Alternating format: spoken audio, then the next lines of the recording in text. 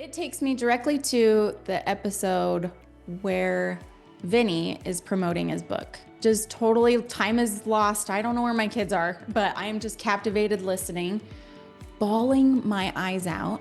Interesting. Yeah, my husband walks up the stairs and he's like, "What is going on? Why are you so sad?" And I was like, "Oh my gosh, you gotta listen to this. You have to listen to this." So I click back. I kid you not, the link was gone. It was gone. I had to go search for it. Wow. That is how I know that this book was given to me. Because what are the chances that I click on that link and it disappeared? Like he cleared that link off his Instagram the same 5 minutes I was listening. There are no coincidences. And this book, it was supposed to fall into my path. It was absolutely supposed to fall into my path.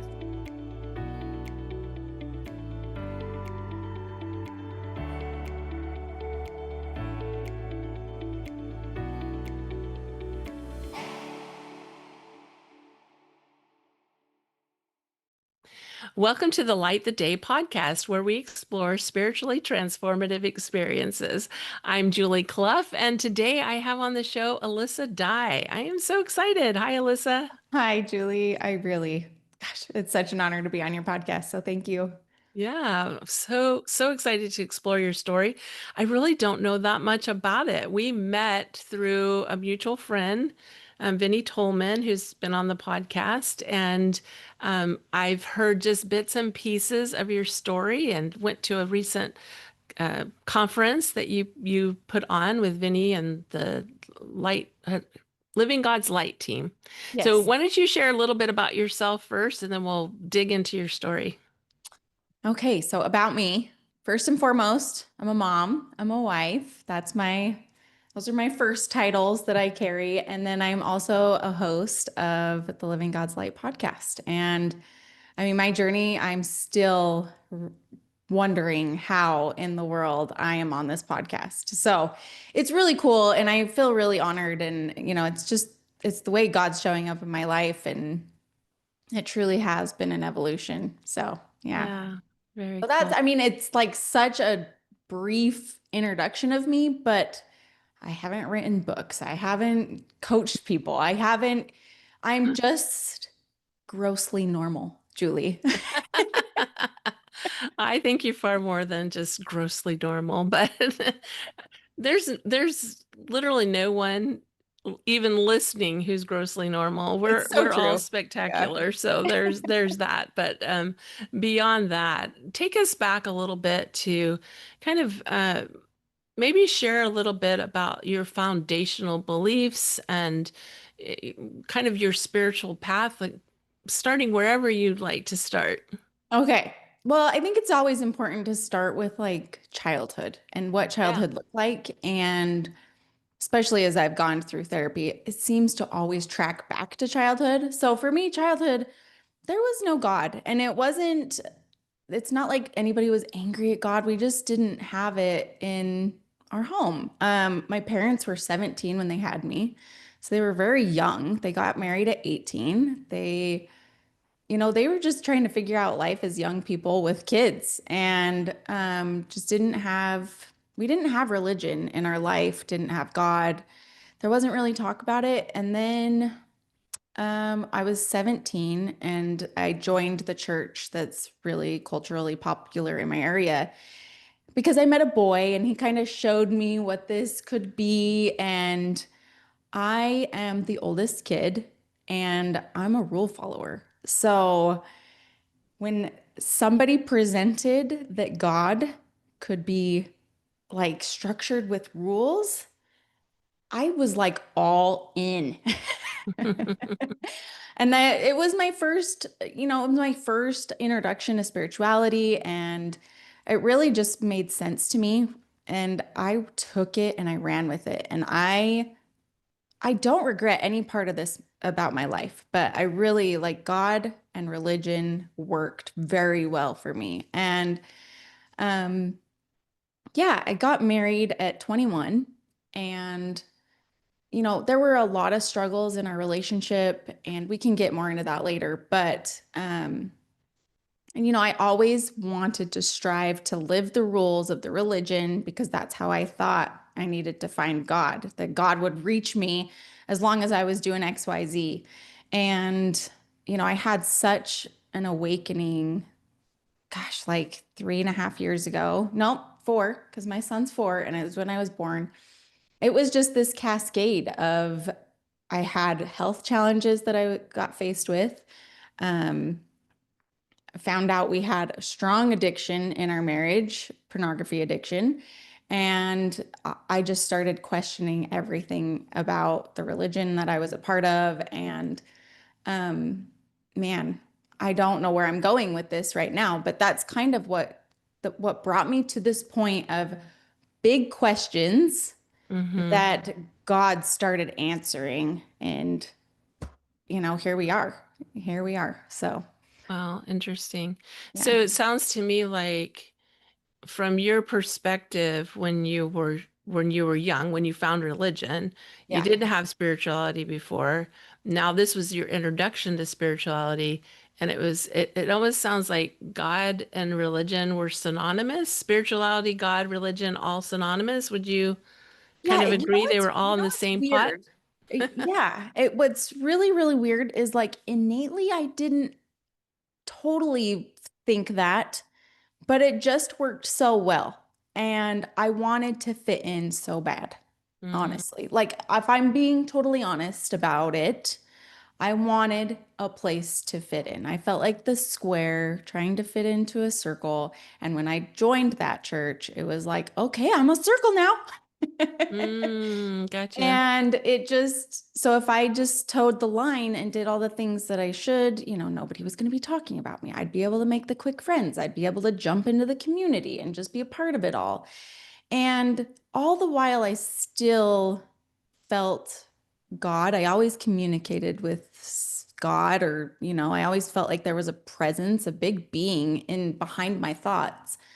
Um, yeah, I did feel like it was tied to religious or religion and what I was doing right. But there is this like internal conflict that I had that was like, yeah, I believe that, but also God's always here with me. And I guess it was, I say that because when I went down the path of questioning everything, I knew, like, I just knew this isn't questioning God. This is questioning the religion. This is Mhm. questioning the institution. And I'm not leaving God. I don't like, I have full faith that God's going to show up and tell me what I want to know. But I had this innate, like, knowing that God and religion were not together. But I don't know Mm. where that came from. I don't have any leader in my life that ever presented that to me. So it just kind of was within. Well, and don't you think from maybe from a perspective now, at least from my perspective, divinity lives within us. Oh, yeah. And so all that truth is just coming from this deep space within you Yeah. that is prompting some of this questioning. Yes. Yeah, for Yeah. sure. Yeah. Yeah. Interesting. And I mean, from my own experience, I know that I I would have spiritual experiences, but they were always framed by religion. I would always look to religion to help me define my experiences. Yeah. Did you have that thought as well? Gosh, no. And what's coming to my mind is this good friend I had. So I joined this religion, and in that religion, I had a friend. And this friend, her name is Nikki, and I'm going to call her out because I love her and she deserves to be called by her name. But Nikki, she had spiritual gifts that did not align within the culture. And I loved her so much. And so I just accepted that if she could have those gifts, then there's more. Does that make sense? Mm, And so I was always open. Like I wasn't this closed, like if it doesn't fit in the church, it doesn't fit. Um, I've always been open, always loved the idea of energy. It just made sense to me mm-hmm. that we are energy beings. And if I don't feel good, it might be coming from a bad energy that I need to release. Like I've always been open to that. So the confines of religion, like it's weird. I was so in, but I was also so open to other Mm-hmm. ideas. But I wasn't willing to go and do those things because I wanted to conform to the culture and be accepted. And, but it was so scary. It was so scary questioning the culture and the institution for the sake of what I could possibly lose, you know? So share with us a little bit about what was scary about that.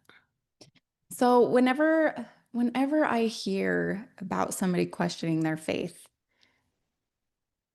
I now think, oh my gosh, I just have so much compassion for that battle of perception that they're going through. Because I realize now in the religion I was a part of, modesty and wearing garments were a big part of it. And I don't want to villainize the religion at all because I know it is serving people in such a beautiful way. But Right. for me, I realized when I took those garments off and I went through a hell. I went through a hell questioning what my friends were thinking of me, what my community thought of me because now they're seeing me not wear these garments.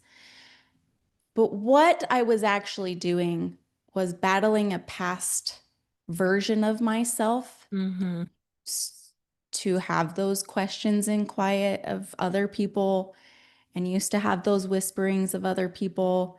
It really wasn't about my friends. It wasn't about the community. It was about past me having judged other people. Mm-hmm. And so the battle of perception is wow, that old version that they've, listened to, that had beliefs, now they are breaking down some of those perceptions and it's really painful because it projects outward to our people that we love and we think, at least I did, they've got to be thinking about me the way I was thinking about other people. They have to be because it was my reality. Like that's the only thinking patterns I know, right?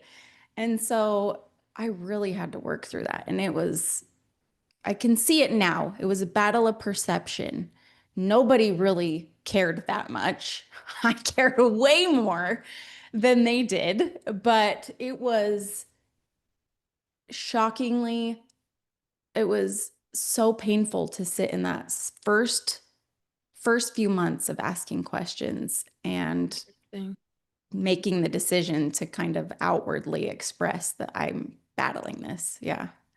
That's really interesting. I just want to take note of the fact that when you shared what was scary, it was about other people's perceptions. It wasn't scary that you thought that maybe you were disappointing God or you were creating, I mean, that could have been part of it, but I didn't hear that in your story. It was more like I'm breaking cultural rules. Hmm. Yeah. It didn't feel like you were some people within a culture when somebody starts breaking the rules, they start thinking that they're losing faith or they're losing God, they're losing spirituality. Hmm. But that sounds like your story was a little different than that. Yeah. And you know what? I've actually questioned that a lot. Like, why was it so, like, why did it not feel like God was doing that to me? Like, why did I recognize it was me doing that to me? I think it goes back to my childhood, Mm, honestly. Um, I think it goes back to the fact that God was never tied to religion, mm, that it was not my, But I didn't have a good foundation of God or a good foundation of religion, but it was open. It Mm, wasn't, this is the way at such a young age. And that's the only thing I can come up with because I remember being in my house kind of the first time I started having this turmoil like, what if that one thing, what if it's not all they've said it is, you know?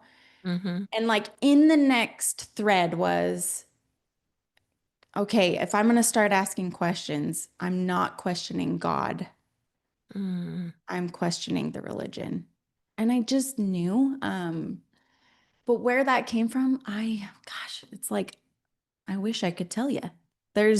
Well, I again, can't. don't you think that was coming from your heart and your higher self? Yeah, absolutely. And in just this, I feel like I have been in tune. Like, I feel like I have had a little bit of what's the right word? The gift, like, it's a gift to like be in tune to what's good Mm-hmm. and just move towards that. And that's probably, yeah, you're right. It's just being in tune to that higher self and connectedness but yeah. Yeah, it's just a really interesting observation that the turmoil was cultural rather than necessarily spiritual. Yeah, and you know what's even funny is as I was going through the therapy with my husband as we were going through pornography addiction and therapy, I did not have a good foundation of self-worth either. Mm, Like I really didn't. So I was always looking outward for somebody else's approval. I really was. And I needed accolades and I needed my outward to just prove to me that I was good enough all the time. And I think I still battle this a little bit. But it wasn't, I'm like trying to thread this together, how this fits. But um, yeah, it wasn't, sorry, got a little lump in my throat. My self-worth always came from other people. mm, And it really, like, I wish I could say that it was tied to God and that's how I just knew, but it wasn't. I didn't know who I was mm, before. So, yeah. So what changed 4 years ago as you started to question? What did you discover in your questioning? what did I discover in my questioning? And maybe what did you let go of in your questioning? I imagine there was a little bit of a lot of both of those. Yeah. Well, like I said, it kind of all weaves together. I went through a massive health crisis, which I had diagnosed Hashimoto's. I had my baby right before that, got diagnosed Hashimoto's, removed breast implants. Um, my husband his addiction started getting worse. And so he was starting to bring alcohol into the home. And I was trying to make space for this because I was trying to save my marriage and make sure that we're good. Not even that things were really bad, but I just wanted to make space. Like, I love my husband. I don't want this to be the end of us. So, how do I make space for this? This religion does not fit with that. So, I needed to make space for that. And that's when the questions started. And okay, your question was, remind me. Yeah, just what changed? What changed? What changed? Yeah, so you're on the right track. Yeah. So, what changed? One of the biggest moments for me was I was in such turmoil going to that faith, going to that religious setting. And a friend invited us to a non-denominational Christian church. And I sat in that meeting and they are rocking their faces out, praising Jesus. And you know what was the most confusing thing in the world? I felt God. Mm, And I felt this, you are exactly where you're supposed to be. And that week was communion. or maybe it was the second time we went, but communion. If you don't know what communion is, pass around the bread and the wine or the symbols of it. And I look over and there is this full grown Harley dude, you know, the vest and all, passing me the communion. And I just saw like that guy is so loved by God. Yeah. And he didn't look like the people that were passing it around in my other religion. And I felt God. And I was like, what is this? And that really just opened up my heart that, like, this, I could find God anywhere if I look for him, you know? Mm-hmm. And that didn't take away the turmoil. It did not take away the turmoil. I still had a lot of questions about the religion and what I was going through. Josh and I realized we had the pornography addiction in our marriage through means of seeing an energy healer, and rocked my world. Like, if anything rocked me the most, it was that. Like, religion and trying to figure that out, that was partial to facing the fact that my husband had a pornography addiction and that I had been allowing it for a long time. Mm-hmm. I did not cause any of it, but I had to face the fact that I was a victim. And I had to face the fact that, this really was real. It was affecting us. It had always been affecting us. And I had to unravel it and look at it and face it. And it was really, really painful. But my biggest like moment of all that really, really changed the trajectory of where we were headed, and we were going through healing and therapy, and I was questioning church, and still just so much around me. It felt like I was like in a tornado, really. That's really what Mm. it felt like. And God shows up in a book, Oh, The Light After Death, yeah. Vinny's story. And it calmed all the storms. It really did. So, Interesting. yeah. Are there any parts that you recall that you could share with us that kind of was it just the overall tone of the book, or were there specific principles or passages Yeah. that touched you, or So I was at the time, Josh and I are really working through therapy. Okay, we are up to our eyeballs in therapy. He's going to his group work, he goes to individual sessions, I'm going to individual sessions, I'm going to group therapy. I learned about the principle of authenticity versus attachment by Gabor Mate. If you haven't heard of it, it's really, really great. There's short clips on YouTube. You can go find them. But Gabor Mate talks about when we attach to people, we kind of give ourselves away a little bit. If we do things out of attachment, we're denying our authentic self, and we're not showing up authentically. This can show up in health problems. This can show up in so many different ways. Like, it really, really is great. But I was really exploring this. I had just went through my closet and was thousands of dollars. I realized I had been giving away myself by choosing trends, by choosing, what I thought somebody else would like to see me in. I was holding up, do I authentically like this, or did I just buy this because I wanted somebody else to like me in it, right? And so I'm really exploring this authenticity versus attachment.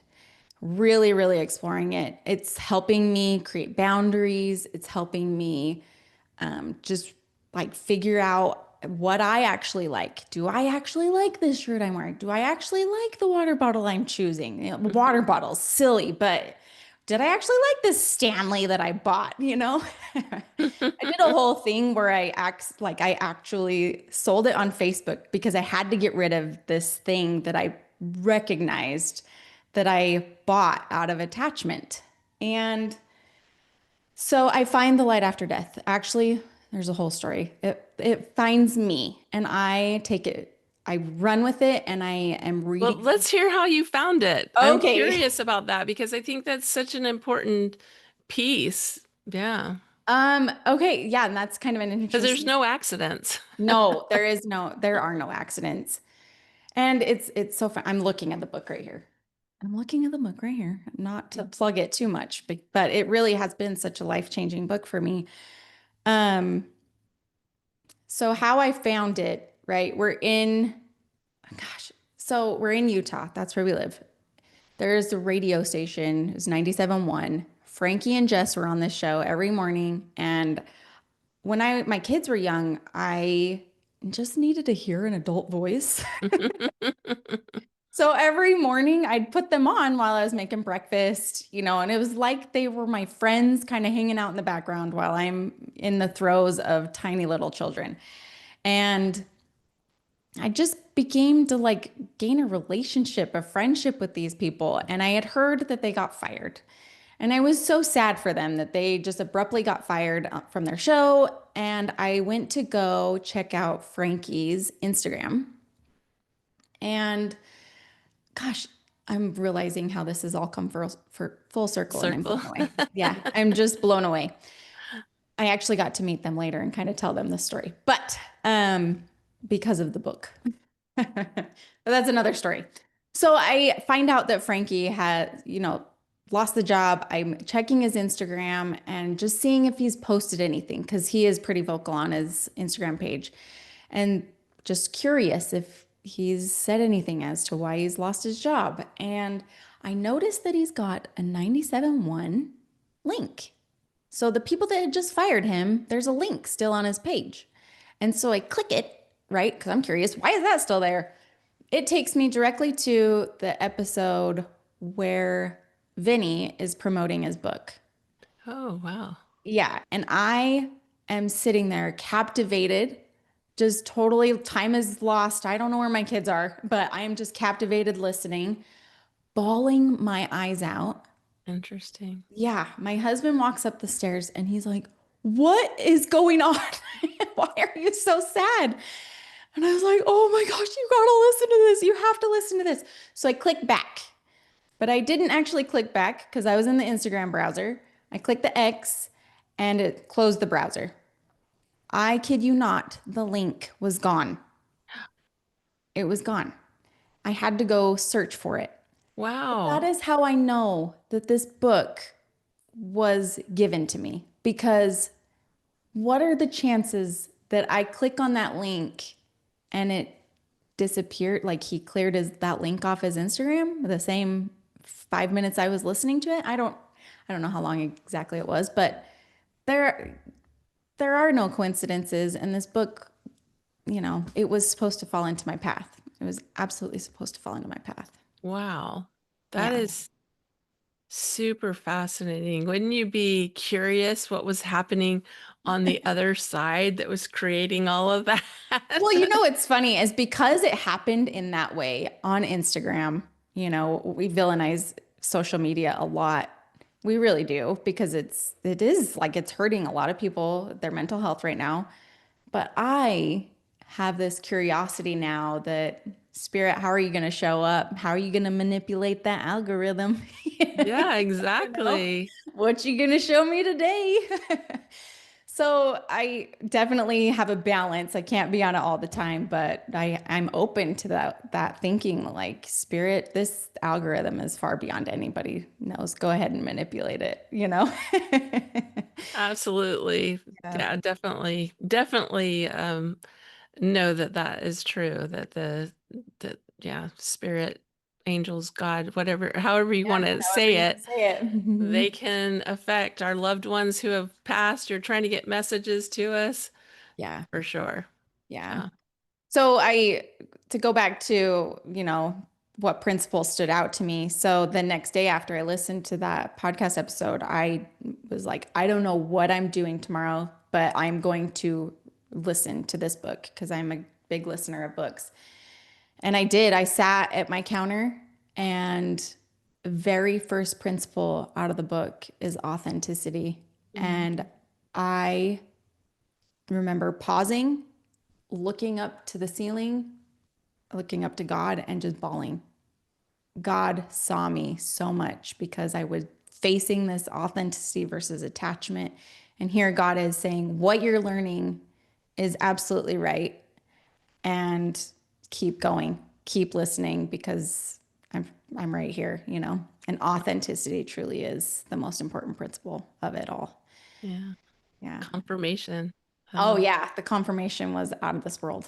Yeah. oh, that's wonderful.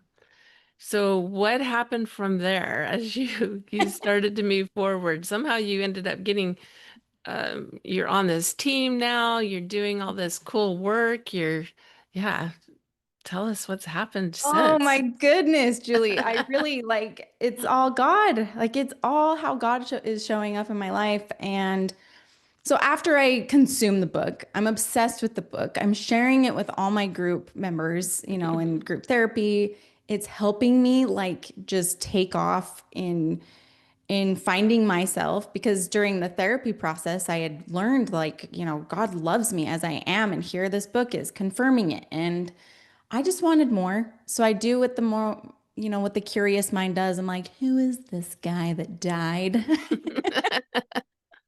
So I go online, I see that they're hosting a retreat in a few months, and I look at the price. I'm like, there's no way. There's no way. There's no way. If my husband's not on board, it's not happening, you know, because it's a couple $1,000s. And, but my husband happens to read the book on a flight, and he texts me and says words I never thought he would say and says, um, there's something here. We need to, you know, there's a lot here to this book. This is special. And yeah, he ended up a gifting us tickets to the retreat for Mother's Day. It was such a wonderful gift because I wouldn't have gone if it wasn't for his support. It just that's how it because I would have wanted his full support and going on a retreat like that. Right. So it was really cool. We got to do that together, get to know them. It was a transformational weekend. And at that retreat, my husband says, because I had wanted to move to Southern Utah, he knew it. I was bugging him about it a lot. And at the retreat, he says, you know, I get it. We need to move. We need to move. And 30 days later, we had an offer on a house.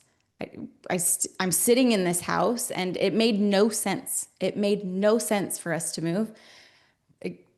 Money didn't make sense at the time. Um, we had just built a house just 2 years earlier that we loved. We loved the location, we loved the view. There were so many things that did not make sense. We would be moving away from all of our family, and thing after thing after thing just fell into place, and I couldn't ignore it. This this book, this retreat was making such a difference in our lives, so I just kept going. And I have done videography and photography, and I just saw all of these podcast episodes that Vinny was on, and I just offered. I it was like that December, I think. I just sent him a video that I had made and I said, this is what you could be doing. Like, get Vinny's story, use it as content on your social media to help grow Living God's Light. And that's kind of how I got involved. And I never once expected to ever be in the seat of a podcast host. I was just offering a skill and I was offering it as a volunteer because I could see that they were operating as a nonprofit and they could just use the help. And Hmm. what was happening to me,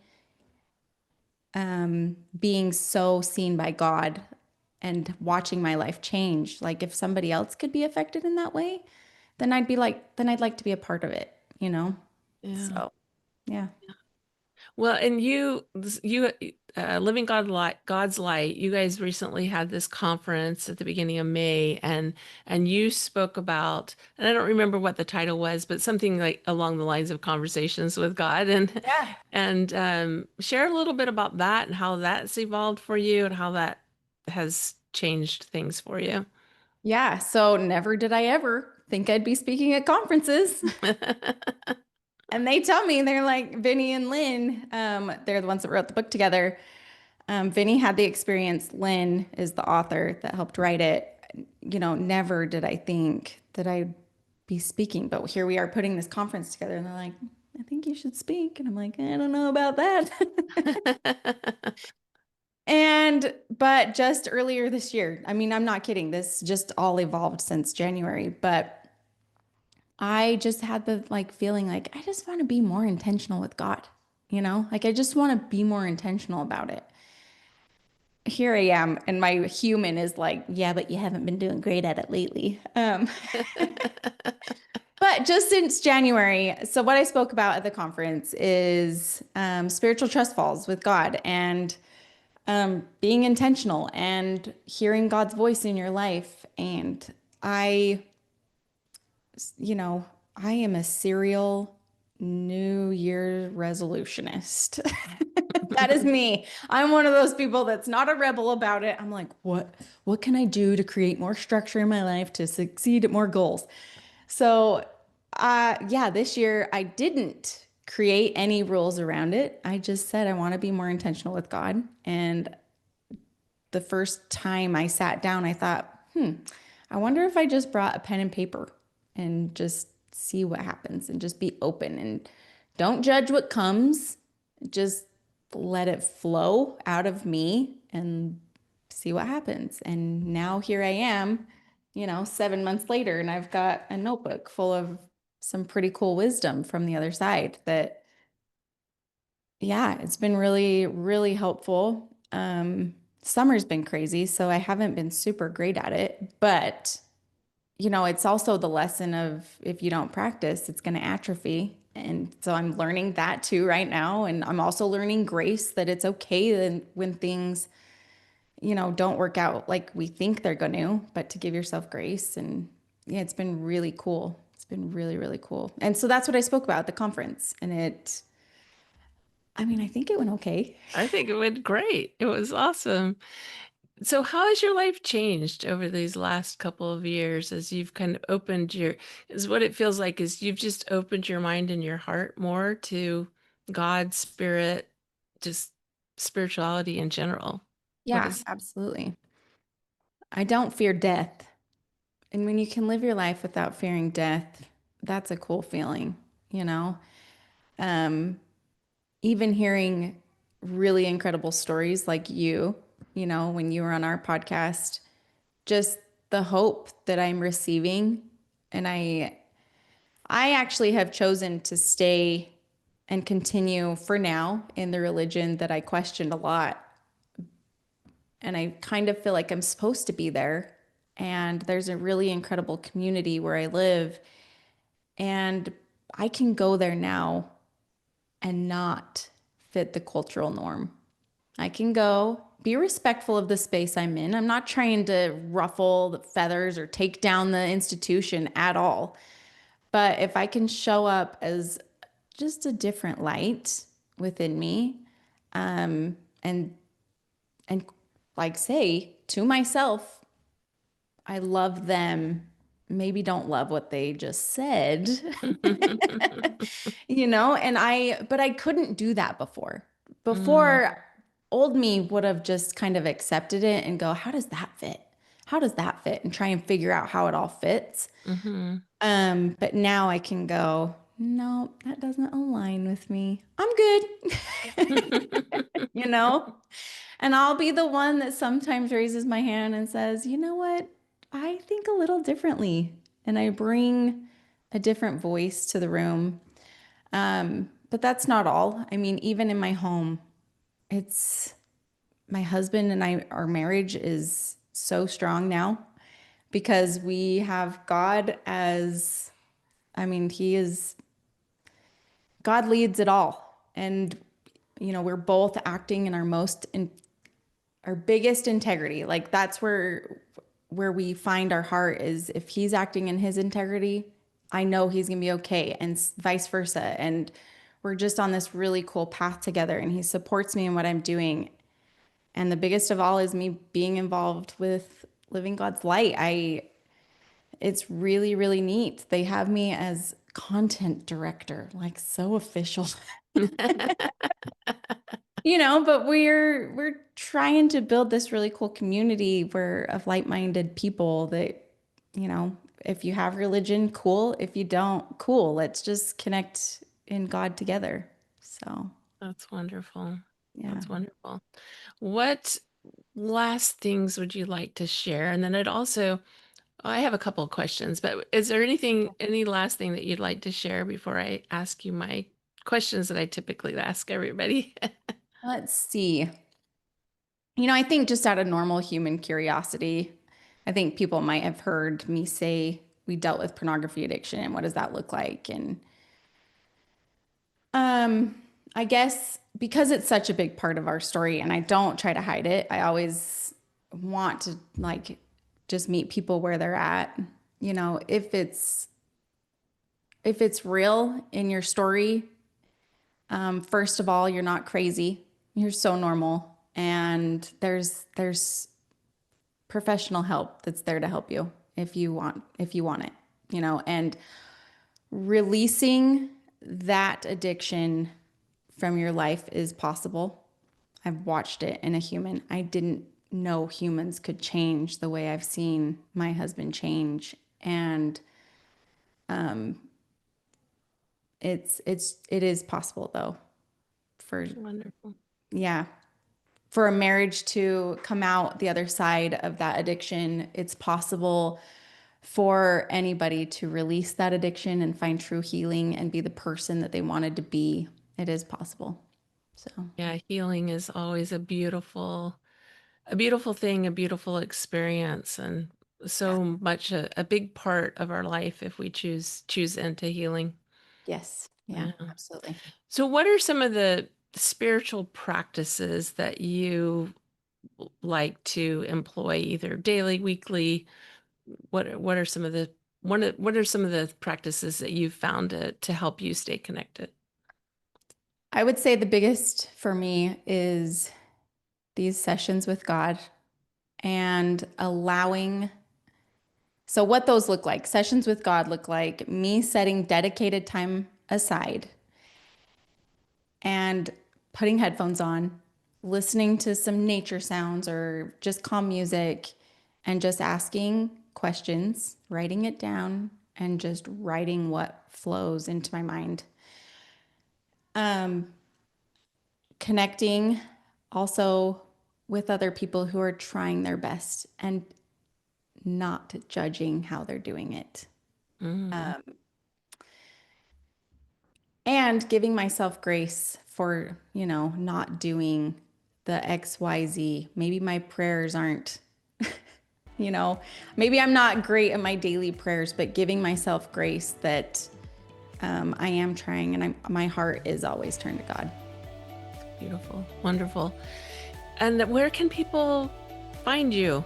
Where's the best place for them to connect with you? Right now, I think the best place to connect with me is personally, if you're interested, I have my own personal Instagram, Alyssa_die, but biggest place right now is livinggodslight.org or, our podcast on YouTube, Living God's Light, and we're on the socials too. So yeah, that is the best place. That's where the best work is happening. So Awesome. Wonderful. Thanks so much for sharing your story with us today. absolutely. I really appreciate that. Yeah, absolutely. Thank you so much, Julie. Seriously, thank you.